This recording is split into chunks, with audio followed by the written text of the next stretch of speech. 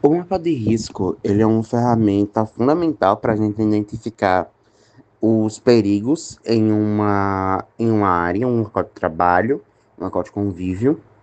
A implementação dele deve ser feita de forma segura, através de um longo período de pesquisa, e para que ele seja implantado de forma mais completa e acessível para a comunidade escolar, para a comunidade não só escolar aqui do colégio, mas como também em qualquer setor, seja em um ambiente de trabalho, um ambiente escolar ou um ambiente de convívio comum. O mapa de risco, ele começou a surgir no século XIX, que era quando as pessoas, durante a Revolução Industrial, que era quando as pessoas estavam saindo, né, do interior para poder ir morar em fábricas, trabalhar em fábricas que produziam os mais diversos itens. E como a gente ainda estava na Revolução Industrial, ainda não tinha nenhum tipo de lei que amparava o trabalhador. Então era muito. E não tinha. E não havia nenhuma necessidade de comprar EPIs e EPCs, uma vez que não era obrigatório e os trabalhadores eram. Eles estavam indo aos montes, então eles eram massas. Então, se um acabasse morrendo por conta de um acidente de trabalho, outro já veio para substituir. Então não tinha essa necessidade de EPIs e EPCs. Mas aí, como estavam morrendo as massas, os trabalhadores estavam morrendo das massas, foi necessária uma mudança de percepção para garantir uma qualidade mínima de vida para eles trabalharem minimamente bem. E foi aí que começou a nascer o mapa de risco como uma forma da gente identificar esses fatores, né? Os benefícios de um mapa de risco para a comunidade surda no colégio são enormes a partir do momento em que o mapa de risco é uma ferramenta completamente visual. E qualquer um que entenda um mínimo de segurança do trabalho vai compreender o que é um mapa de risco, como se lê um mapa de risco. Os riscos, o tamanho dos riscos, certo? E como é um recurso completamente visual, essa pessoa não vai precisaria de nenhum tipo de assistência para poder ler esse mapa. Então, eu faço o uso do exemplo de um laboratório de ciências. Você tem um mapa disso, um laboratório de ciências, e é uma pessoa surda que sabe um mínimo de segurança do trabalho. Chegar lá e ler esse mapa, ela já vai saber quais riscos ela está submetida ali. Se é um risco físico, um risco químico, um risco biológico. Objetivo geral. O principal objetivo deste trabalho é a elaboração de um mapa de risco e, futuramente, a implantação de um plano de emergência para a escola. Os objetivos específicos: confeccionar e implantar mapas de riscos ambientais nos diversos setores da Escola Estadual Professor Luiz Antônio. Treinar os colaboradores abordando os riscos ocupacionais existentes nos setores e as formas de prevenção através de medidas administrativas e técnicas. Implantar DDS semanais sobre saúde e segurança do trabalho e ginástica laboral diária, diminuindo o absenteísmo dos setores da escola. Confeccionar futuramente um plano de emergência na escola e realizar simulações trimestrais de um plano de evacuação envolvendo colaboradores e estudantes.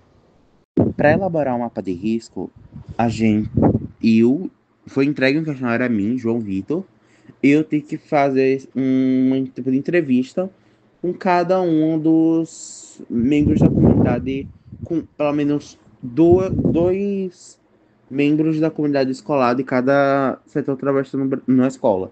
Ou seja, eu fiz uma entrevista, eu fiz duas entrevistas com o pessoal da cozinha, duas entrevistas com o pessoal com a direção, duas entrevistas com a coordenação, duas entrevistas com professores, certo? E a partir dos resultados dessa entrevista e de observações visuais que a gente vê não só no dia a dia, mas quando a gente está procurando, né, quando a gente procura, a gente acha coisa que a gente não vê no dia a dia, a gente conseguiu elaborar esse mapa de risco. Análise de resultados. O relatório sobre as condições ambientais e de trabalho da Escola Estadual Professor Luiz Antônio prioriza algumas áreas a serem monitoradas. Nos setores de coordenação, secretaria e direção, a principal fonte de ruído é o uso de ar-condicionados e ventiladores, mas sem que isso cause impacto relevante, tampouco a necessidade de protetores auriculares. Na cozinha, equipamentos como liquidificadores e multiprocessadores geram ruídos e o ambiente apresenta calor excessivo, querendo atenção para a ventilação adequada. Problemas de umidade foram identificados, recomendando um controle mais rigoroso para prevenir contaminações. As atividades laborais, de acordo com cada função dos setores de coordenação, secretaria e cozinha, apresentam esforço físico devido ao tempo prolongado de posturas como sentar ou permanecer em pé, sugerindo a necessidade de mobiliário ergonômico para melhor adequação. No setor da limpeza, não utilizam equipamentos de proteção individual, EPIs, como luvas e botas, não estando equipados com proteção coletiva e individual eficiente. Nos aspectos de segurança, a iluminação geral é adequada, mas os corredores devem ser mantidos desimpedidos e os materiais ao lado das passagens precisam ser reorganizados. Contínua. A ausência de extintores de emergência em todos os setores, como sinalização de segurança também, recomendando reforçar as sinalizações e melhorar o armazenamento dos produtos químicos nos locais apropriados. No setor de manutenção, é importante verificar a não utilização de EPIs, como óculos de proteção, entre outros, e garantir que máquinas estejam com proteção adequada para reduzir riscos de acidentes. Mapa de risco da escola. Como podem visualizar, nas salas de aula nós temos o risco físico, o risco a cor verde e o risco ergonômico na cor amarela. Nas escadas temos os riscos de acidentes, que são os azuis. Nos banheiros temos os riscos biológicos, causados por fungos e bactérias. Na cantina, riscos físicos e ergonômicos. Na cozinha, riscos físicos, ergonômicos, de acidentes e químicos.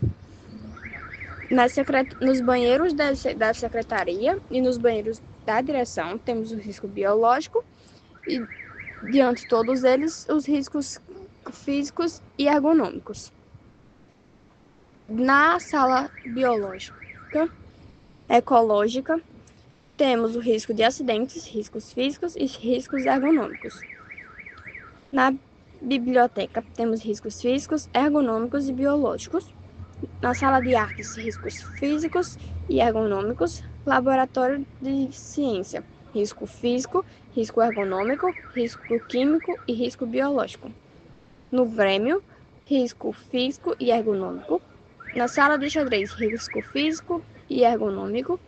Nas salas de dança e de xadrez.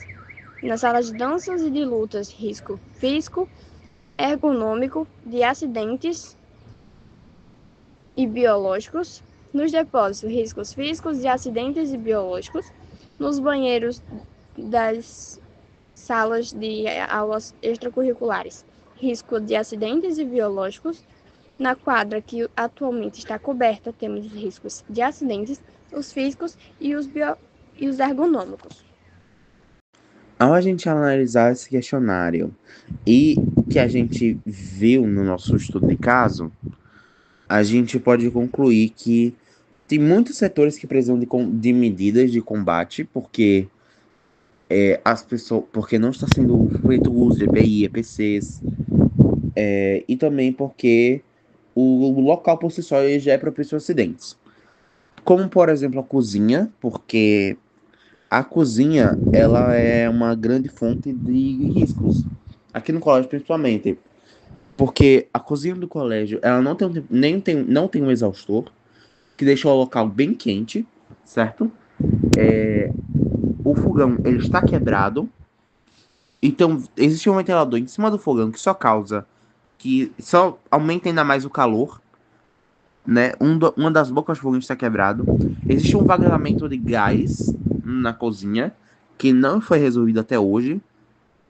E existem produtos químicos perto da comida e dezenas de outros fatores. Então, a gente e as meninas da cozinha, elas fazem uso de corte, elas cortam coisas sem os EPIs necessários para se proteger.